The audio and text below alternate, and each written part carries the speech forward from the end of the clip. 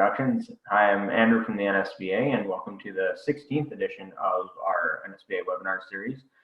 Today we're going to feature Kelly and Matthew talking about picking the right cloud software, and they're going to give us a little bit of a roadmap for success in that department. So I'll just introduce both of them quickly. So Matthew of Flex Networks has worked as an IT professional for over 15 years. He's dedicated to his adopted home of Saskatoon, served on numerous committees, and given many presentations on technology, sales, and comedy. Matthew sees technology as an enabler of business transformation and connectivity as an enabler of innovation. Kelly Thompson is the VP of Sales and Business Development at Virtual Data and Black Sun Web Hosting. He graduated from the Edwards School of Business in 2008 with a major in marketing and received the Barber Award, peer voted for most influential. Since then, Kelly has achieved over $30 million in retail sales and broken many industry-specific company world records. Do you have any medals for that, Kelly, that you can show us? Lots of plaques. They're all in the garage, though. Wife doesn't like them. Haven't let you put them up in the home office yet. Yeah. So if anybody has any questions for our panelists today, you're welcome to pop them into either the Q&A section or into the chat. And I will read those out when we have a chance after the presentation. Otherwise, I'm going to turn it over to Kelly and Matt, and away we go. Good luck, gentlemen. Thank you. Thank you. Well, thank you very much, NSBA, for giving us the chance to talk here today. I'll be going first. Let me just bring up my screen. Just one sec. There we go. Everybody should have the title card on my slideshow there. Give me just one sec. Clickety click.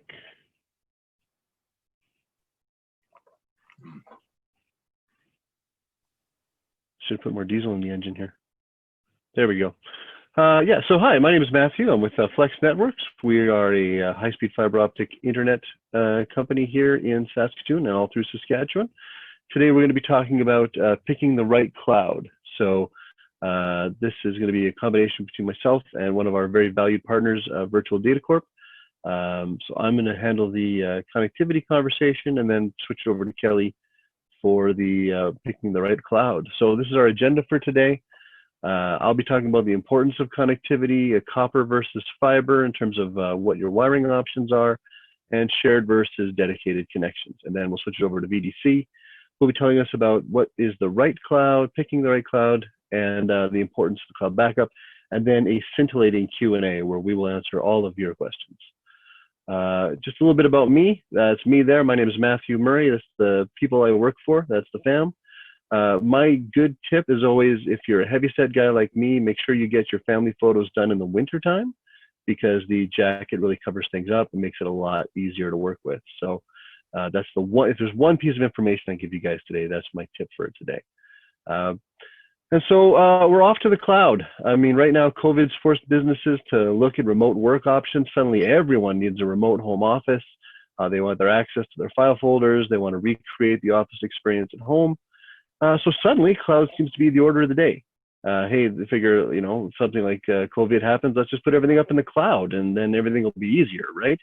Just that simple, right? Just get that cloud thingy, and we'll go. Really, to properly leverage the cloud, your systems need quality connectivity. Now, Kelly's going to speak to you as to where you should go. I'm going to talk about how you get there. So essentially, I'm the Google Maps, and he's the destination.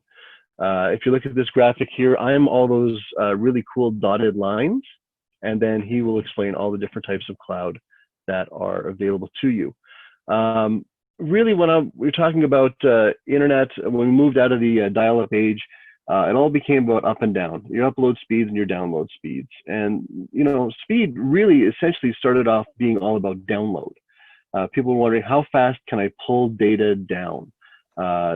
Everything was designed around streaming, Netflix, getting information into your home or into your business. It's all download. So that's why you see a lot of business internet packages are structured like 200 down, 20 up. Really, so down is information coming out of the internet or out of the cloud and down to you, and up is the information going from you back up to the cloud or wherever it is you're going. Cloud computing, however, requires just as much up as it does down. It's no longer that one-way street where all we want is the information brought into us. We need to be interacting back and forth with the systems.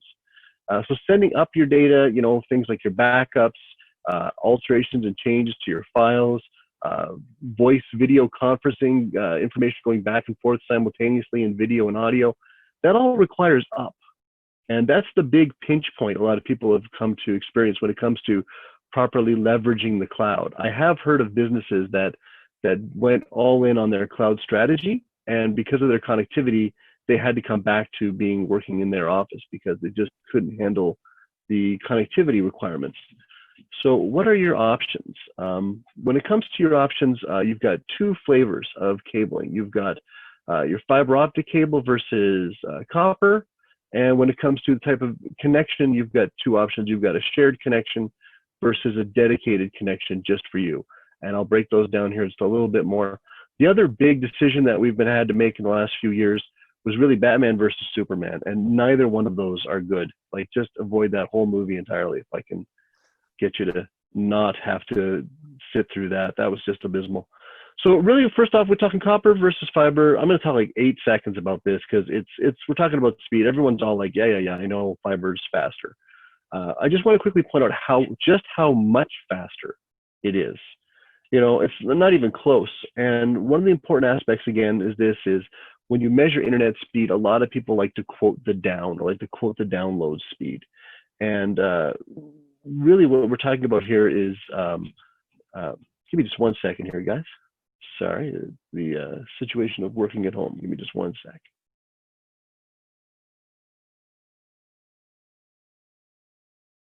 Sorry about that.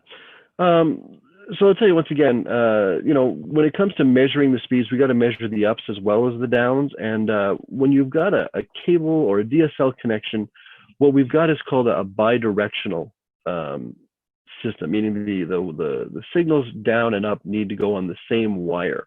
When we move over to fiber, one of the reasons we get so much faster is we've got what's called a full duplex, or two separate wires, one for download and one for upload. So you can get that same upload speed without compromising your download and vice versa. That's really when it comes to copper versus fiber, that's what we're talking about. We're talking light speed in difference. The second, and this is the one that people aren't quite as clear about, is shared fiber versus dedicated. Everyone's all like, yeah, I've got fiber. We've got that infinite thing. We got fiber. Leave us alone. But there is a big difference between shared fiber that has one backbone connection to the internet and parsed out and metered to businesses in the area. And that's when you hear phrases like, we'll give you speeds up to, or the connection isn't really symmetrical. Like, yeah, we give you a fiber connection, and they're still quoting you a different down number and a different up number.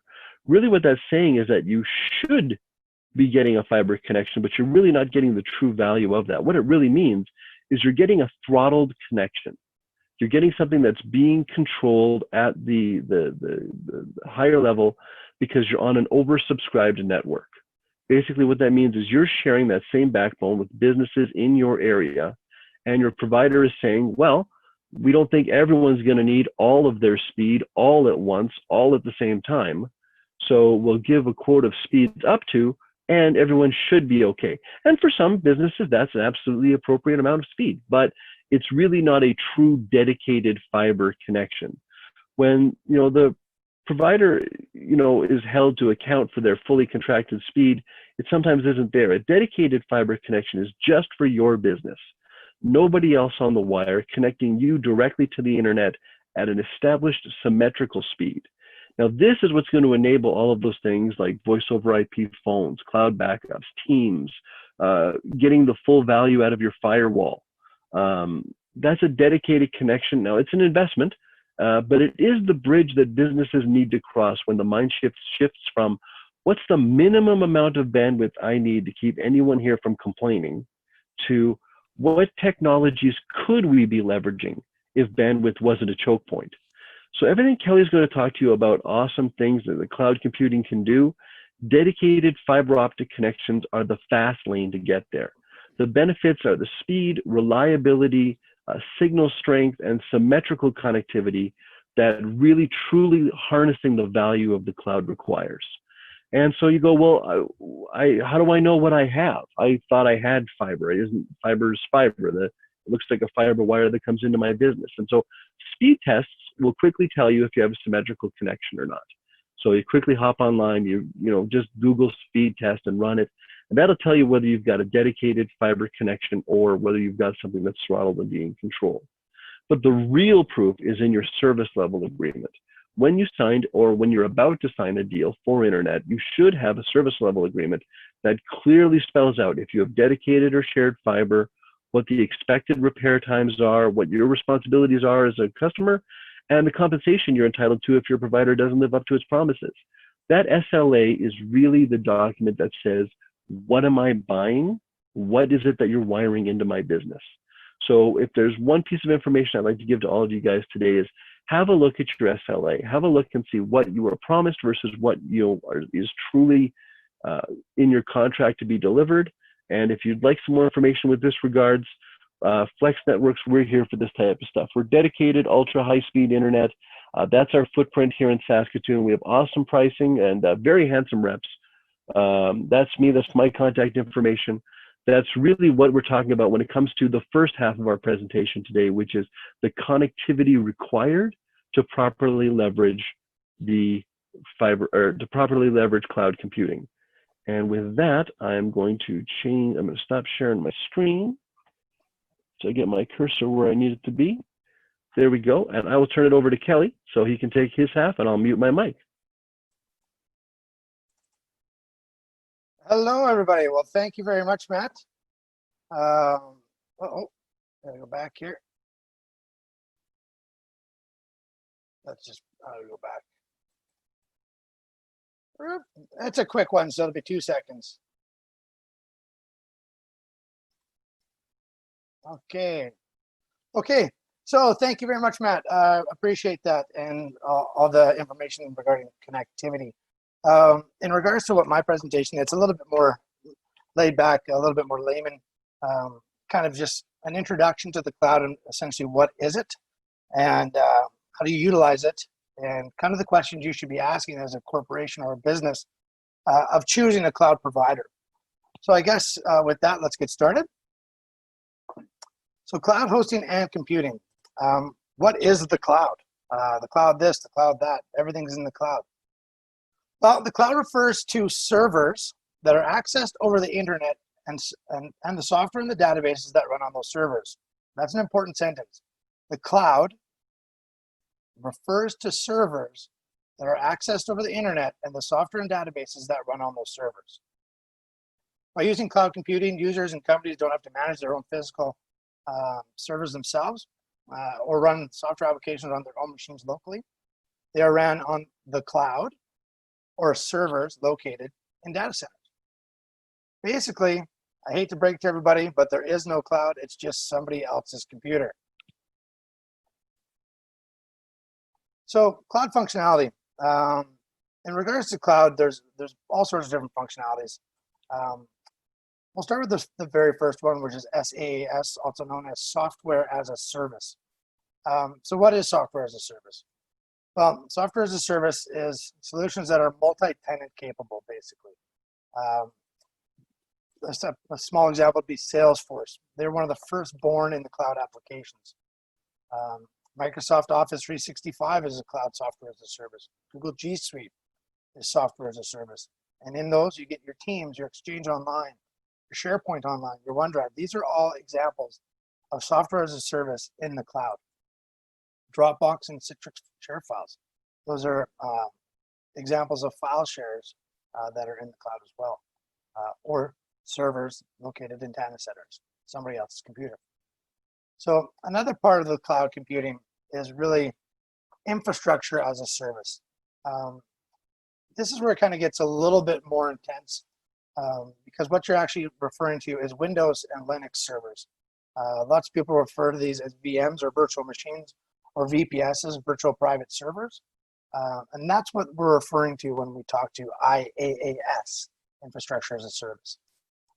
So they're made up of compute, storage, and network resources that basically give you your VMs or your VPSs.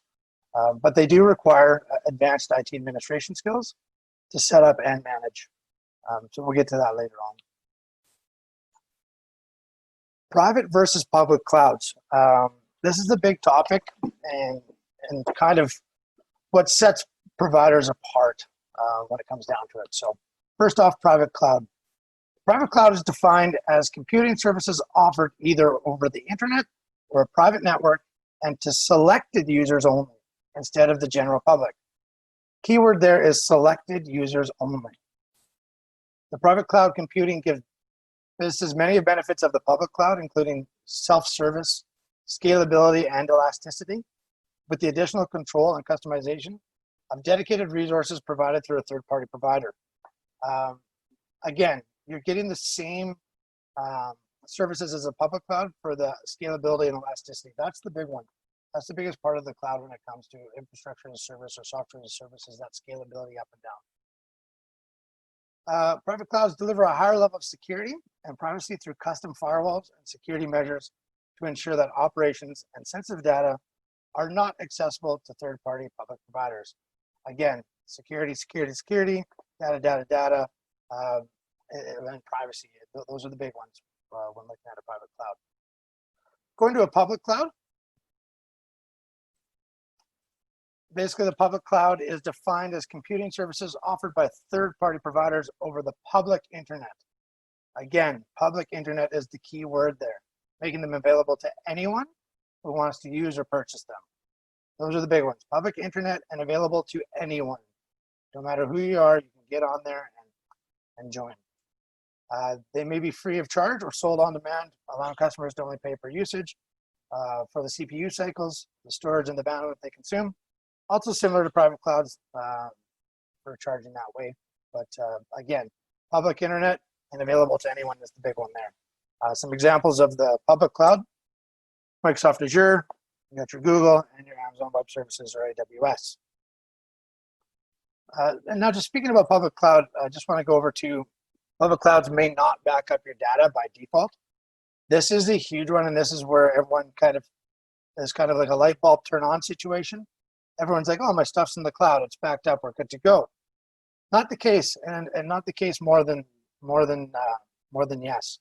So data loss, and I just want to give you a quick example of this.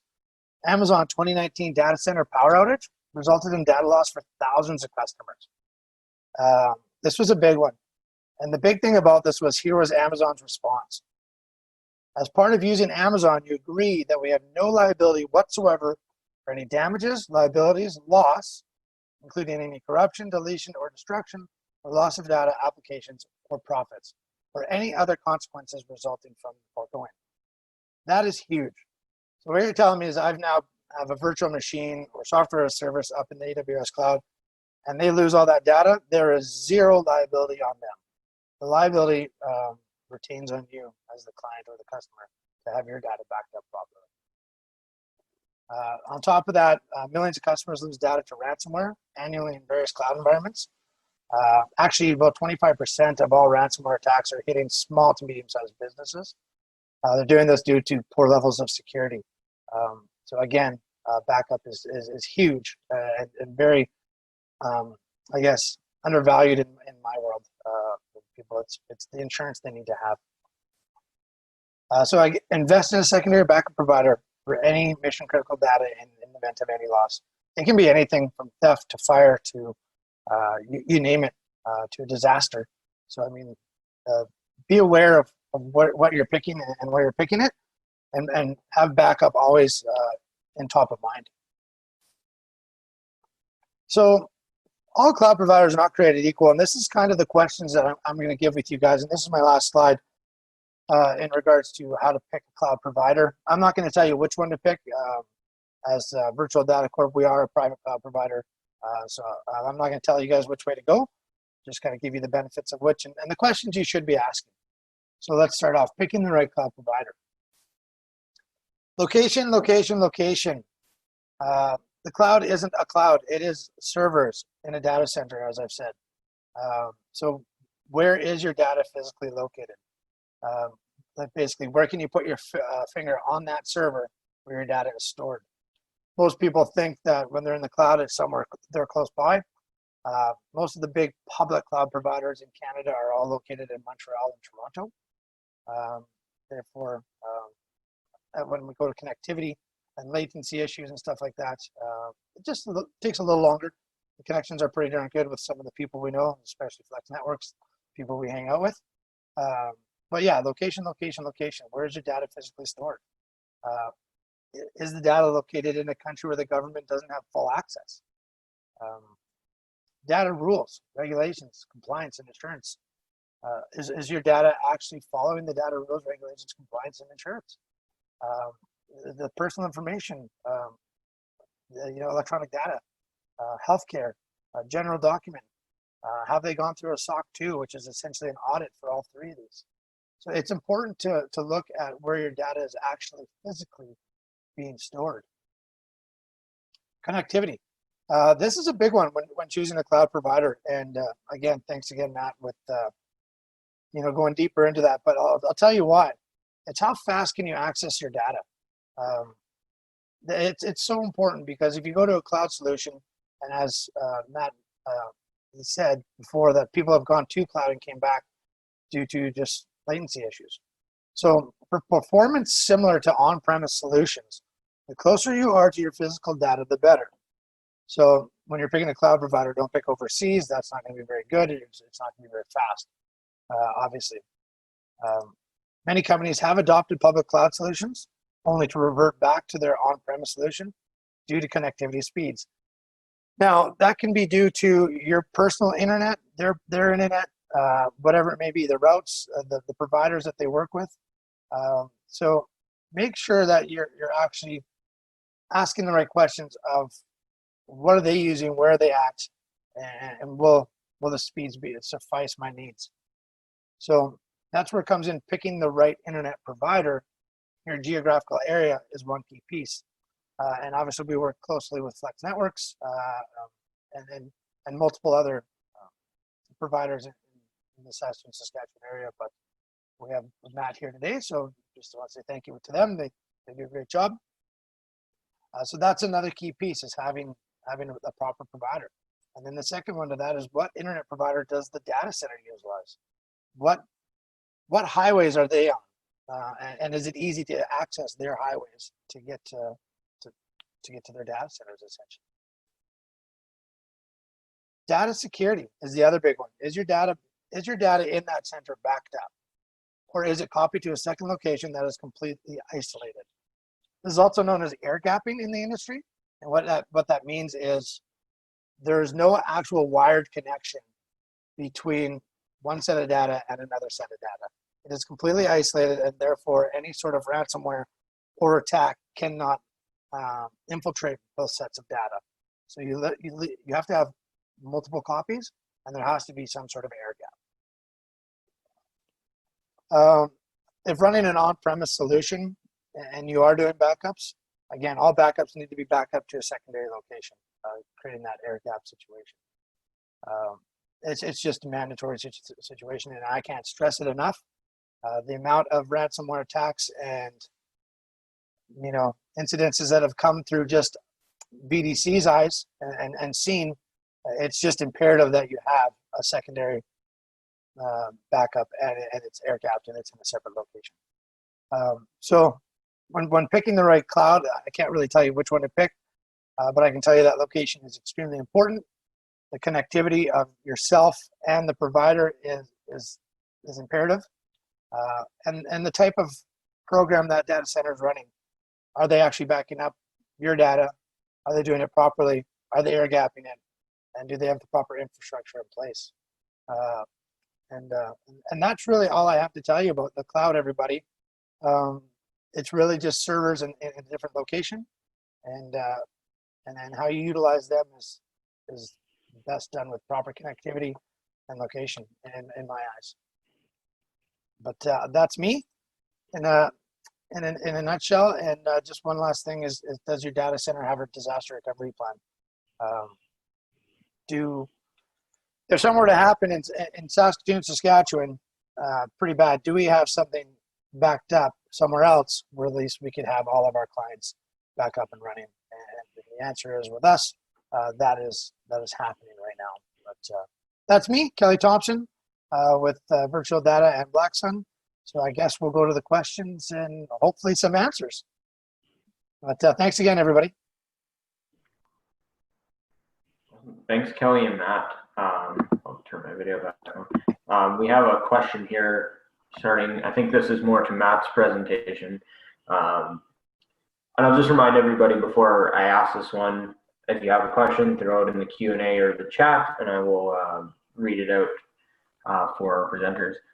So first one is, so would it be better to have a symmetrical connection at a lower speed but matched, i.e. 150 megabytes upload download speed, or better to be an option with a higher download speed, i.e. 300 megabytes download and 150 megabytes upload? Well, I mean, what we're talking about there is, as soon as you don't have a symmetrical connection, like, okay, so just to be fair, just because they give you the exact same number for a download and an upload, that may not necessarily mean you have an absolutely symmetrical connection. When you see phrases like up to 300 or up to 150 upload, that's kind of your telltale sign that you might be on a shared fiber connection or a shared connection rather than a dedicated connection. So really, you know, is it better to have 150 up down versus 300 down and 150 up? We're a little apples and oranges. Really what it's about is, do I have a shared connection where my bandwidth is their best effort based on how much business is going on around me, how much development is taking place around my place of business? Is it a copper wire that's prone to things like signal interference versus a fiber connection that doesn't have that? Is that my connection versus is my connection dedicated, meaning it's just mine with a guaranteed dedicated speed for only me to use? So like someone could give you a shared connection that has 100 up and 100 down versus a dedicated just yours connection of 50 up and 50 down.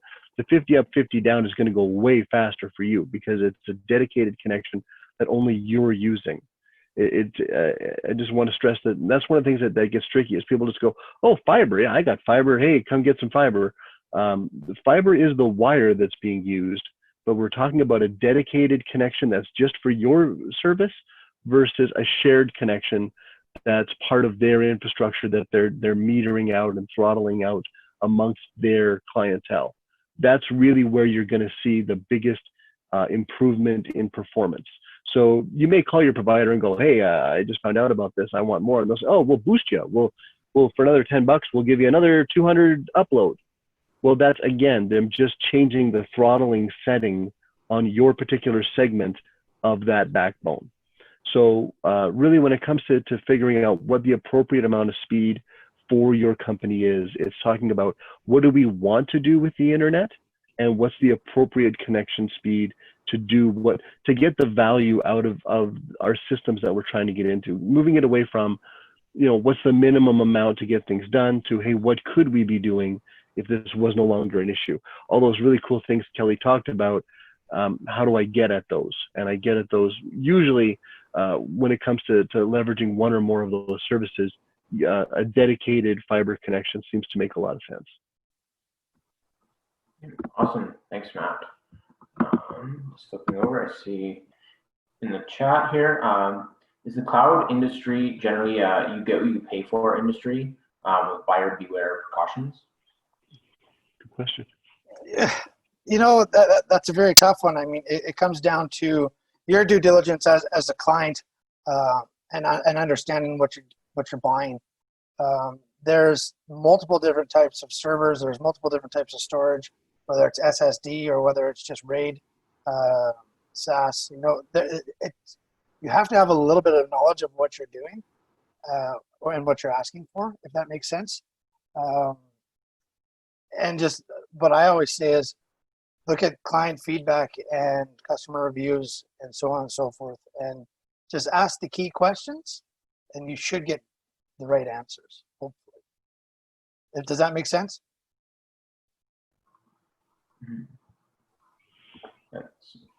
So I'm not seeing any other questions. So I had one that came up, and maybe this is just asking for a little more detail.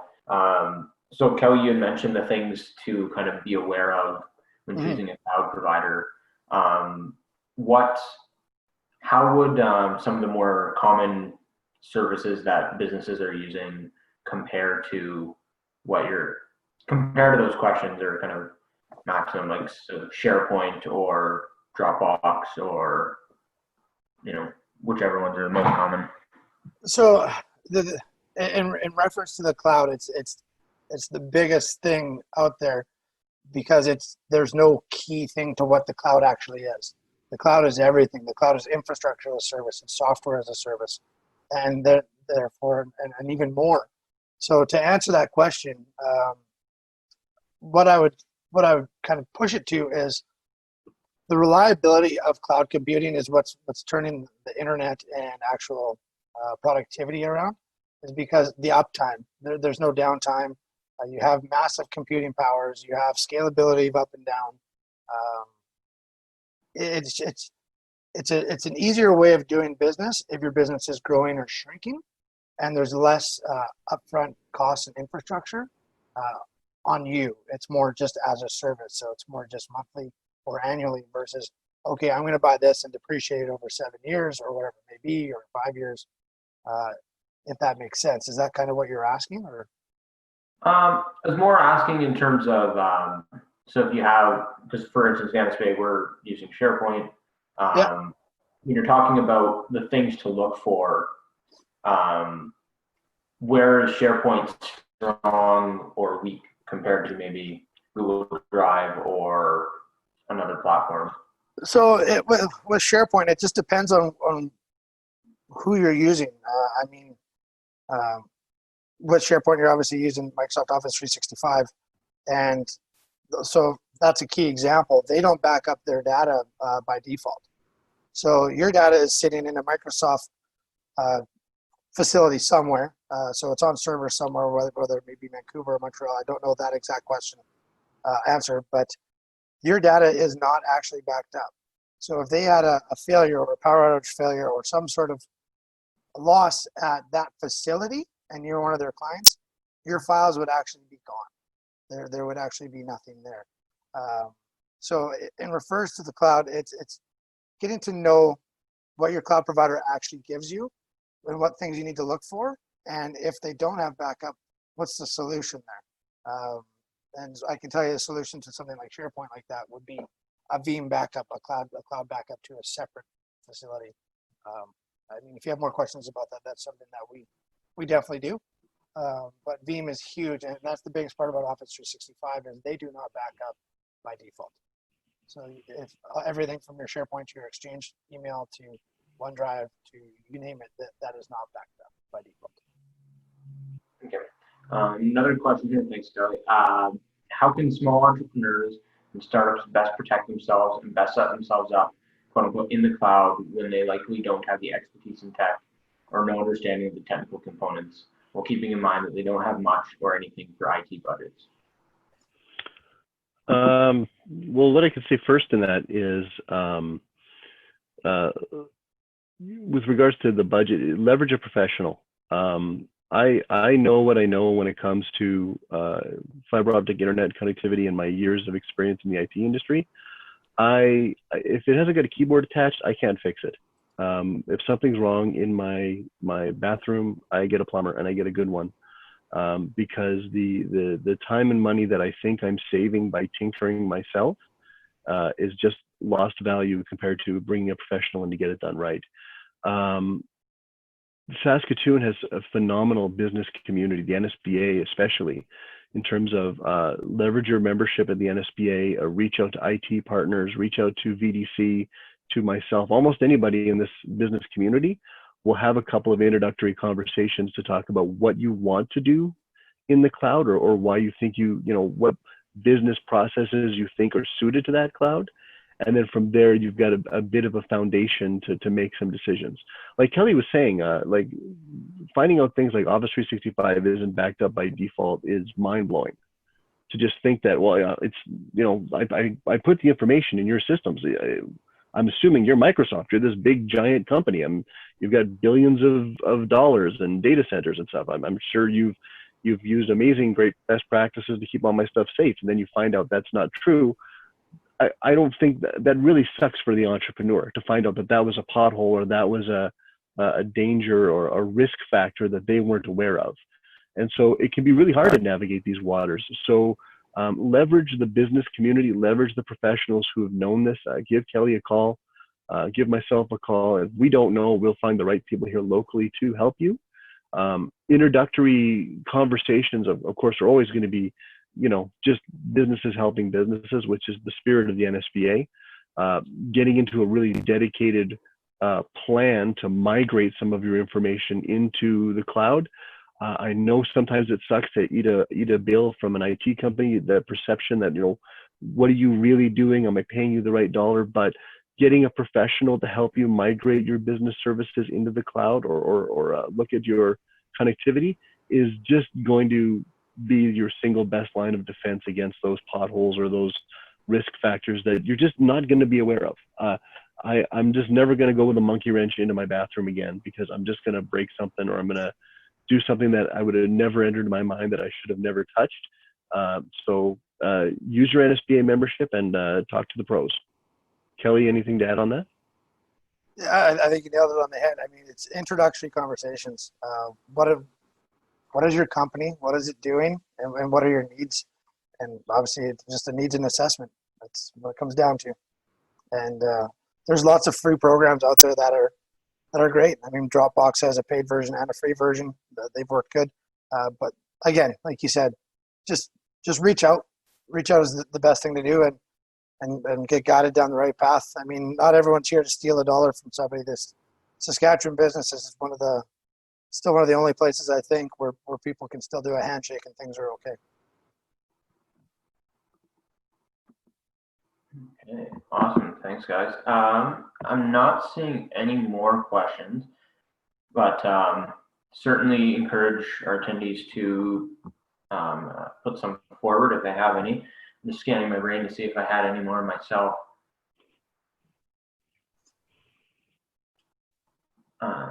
That's a deep I guess scan. maybe a question in terms of this maybe in terms of the network configuration. What is the likelihood of getting a dedicated connection from your internet provider, and B, what's that likely going to cost you relative to your kind of shared internet connection? That's a very valid question.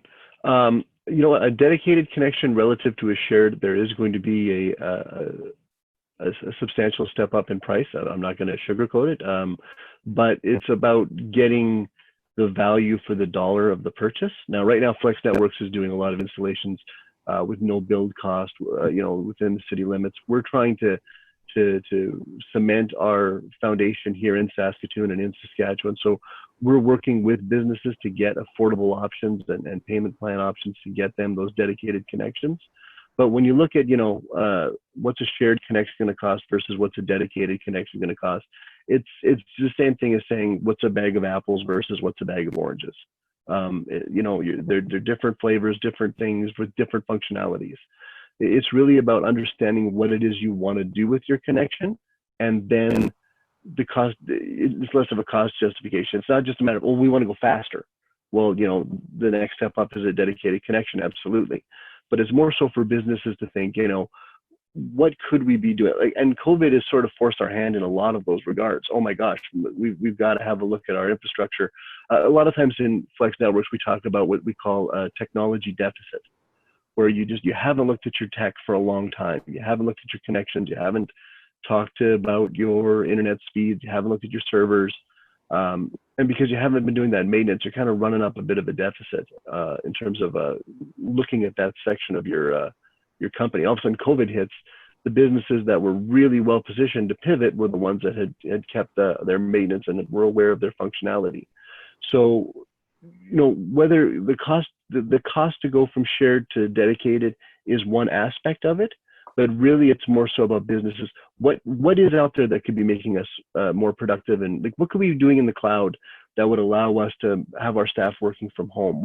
What could we be doing? Are any of our softwares able to be working in the cloud so we don't have to have a server in the back room gobbling up heat and electricity?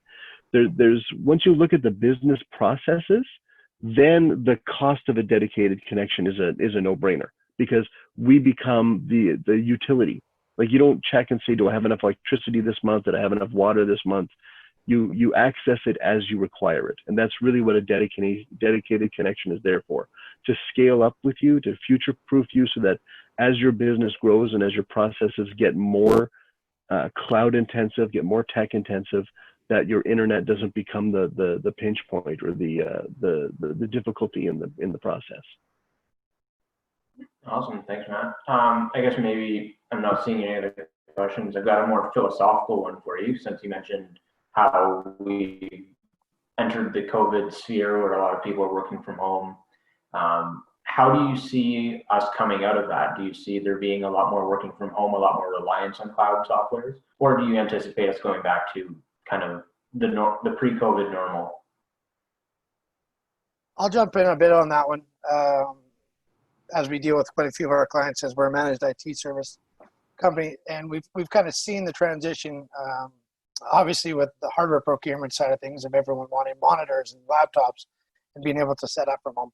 What I think is you're going to see is kind of, as the IT infrastructure world and data builds, we're starting to see that there's a need for backup, no matter what's happening. So whether it be data backup, there has to be a backup. So you'll start to see, I think, people going back to the office, just for efficiency and stuff reasons.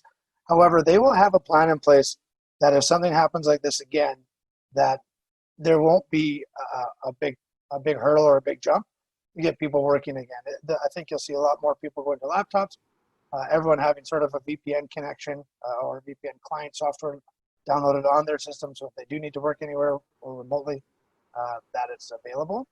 So I think essentially you'll see people going back to the office. However, a backup plan and a remote plan will always be in place now. Yeah, for myself, I see businesses will take one of two tacks. They will either learn from this and they'll move forward, or they'll attempt to revert back to what they used to call business as normal, and they will be very hard pressed to do so, and they will struggle. Putting aside that, this is a terrible situation that's occurred, and very much props out to the first responders and everyone that's been helping us from a health standpoint on this. To understand COVID from a business standpoint, it's exposed vulnerabilities in business processes, in business functionalities, in finance. It's when we get an opportunity like this, it's the businesses that learn the most from it that will go forward. So I think it really is about people. It's about understanding how each corporate culture reacts to this situation, whether they get this opportunity to bond over it and strengthen their corporate culture and move forward and educate themselves, or whether they this tears them apart. It's every now and then the fire gets put to the people's feet, and things get tested, and the parts that break and get fixed and get stronger because they've been exposed as being weak. And the businesses that really get strategic and get deep in thought about not just what they do, but how they do it, will be the ones that come out of this the strongest. Awesome, thanks, guys. So we're going to go from super philosophical to back to some technical. Once you sign with a cloud provider, how easy is it to move or change to another provider? Do you become locked into the first cloud provider with whom you sign up? So that's a great question. The answer is no. You are never locked in. You still own your data for the most part. I haven't heard of anyone not owning their data, but depends on the sign-up agreements that you have and also what the migration was. A lot of cloud providers will charge for a migration of data to implement or set up their cloud. If it's not a long term, or they'll do it no matter what. And the other thing is, if that contract expires prior to what was agreed upon, what's your penalty? Are you going to be paying out big time? Or are they a nice enough company to say, hey, we understand, let us know how you're migrating things out and we'll help the process. So, I mean, that's I think a lot different between the private providers and the public providers. The public providers, they're money-making machines. They are good at what they do for the most part, but they are very cut and dry of what happens. You just have to read their clauses. Where you go down to the private providers or local providers such as ourselves, I mean, we're people too helping people. And so if someone has to get out of a contract for a valid reason, we'll say, then yeah, I mean, we'll work with them to move or migrate their system. If they got bought by a bigger company and they have certain IT infrastructure that they have to follow, yeah, absolutely. We'll help you migrate from our cloud to your cloud properly, because a positive working relationship, especially in Saskatchewan, is better than not, in the easiest way to put it. So does that make sense? Yeah, makes sense to me. Yeah. I think that's good to know for people who are worried about, especially if they're using the cloud software right now and are hearing your presentation and thinking, hey, maybe I don't, that nugget about Microsoft not backing up stuff doesn't quite sit well with me anymore. Yeah. And so that's always good to know. Oh, I see another Q&A coming up. Basically, the follow up to that, basically, is just they're confirming that, kind of reviewing the data. Sorry, getting my words mixed up. We're talking so much about data. Reviewing the information in the contract is really going to be the key there, correct? I would say so. Depends on who you're with. I mean, if you're with the big guys like AWS, Google, or Azure, yeah, I would say reviewing the contract would be the big one, and see what you signed up for. If you're on just a month-to-month basis, not a big issue. The other thing is finding a provider that will help you go through this process, and go through it with you. Let's look at it together. Is there going to be a big penalty, or should we set ourselves up so that we can migrate it over the next couple months, so that when it's turnkey, ready to rock and roll, there's no bumper hurdle in your business, or there's no downtime, so that when you do switch providers, it's clean and it's easy. And I mean, that's something BDC's been doing for years, is moving from providers to us, and I think it's a process we have down pretty good. Thanks, Kelly. So just a clarification here. What do you mean when you say a public provider versus a private provider? Okay, so that was kind of at the beginning of the presentation. Maybe put in layman's terms, a public provider is open to anybody. Anybody and all people can go and buy a server or a virtual server or anything like that. A private provider is, there's only selected users that can actively use that provider. For example, it'd be a private data center versus a public. You just can't go onto, I'll use VDC as an example. You just can't go onto VDC and just buy yourself a spot in VDC's data centers, because we're a private provider, and when we select who can and cannot be part of our infrastructure. So that would be a private provider, where a public is anyone can access those centers. So that's where you'll see multiple brute force hack attempts in the public providers, just due to the size and nature of them. Does that make sense? So by public providers, you mean like some of the generic brand names that we hear in cloud computing, where I can just go online and say, hey, I'd like 200 gigs, please. It says, okay, give me your credit card number. Yeah. Have a nice day. Those are the ones that are the most vulnerable to the hacks, because there's by targeting them, there's multiple people's worth of data. There's none of those backup or protection or liability clauses in the contracts. Versus, you know, if you want to do business with VDC, you got to call VDC, and we got to have a conversation first about Correct. Who you are and what you want to put in the data center. Yeah. Yeah. Just and also, sure. Yeah, and so, I mean, when you come down to security and where IPs are coming from, we'll block most of the world into getting into some of our facilities, right? Just due to who we have and what's going on there. So the private provider just has way more privacy and security infrastructure put in place.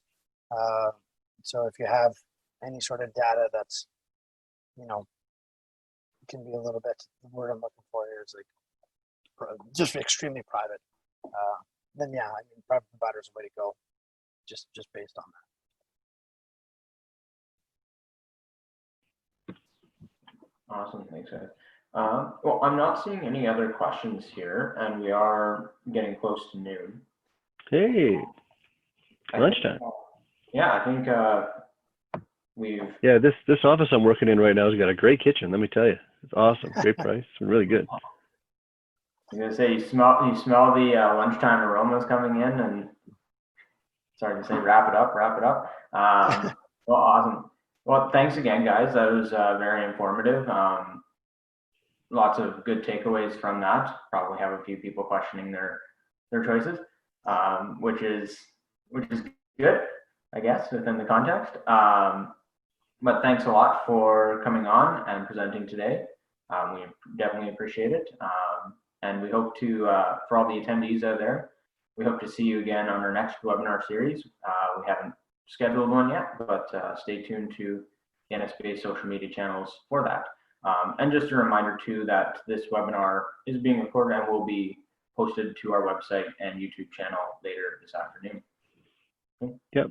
Please find Flex Networks on Facebook, on Twitter. We're really big on LinkedIn. We're here in Saskatchewan. We're here to stay. Thanks so much to the NSBA for the opportunity today.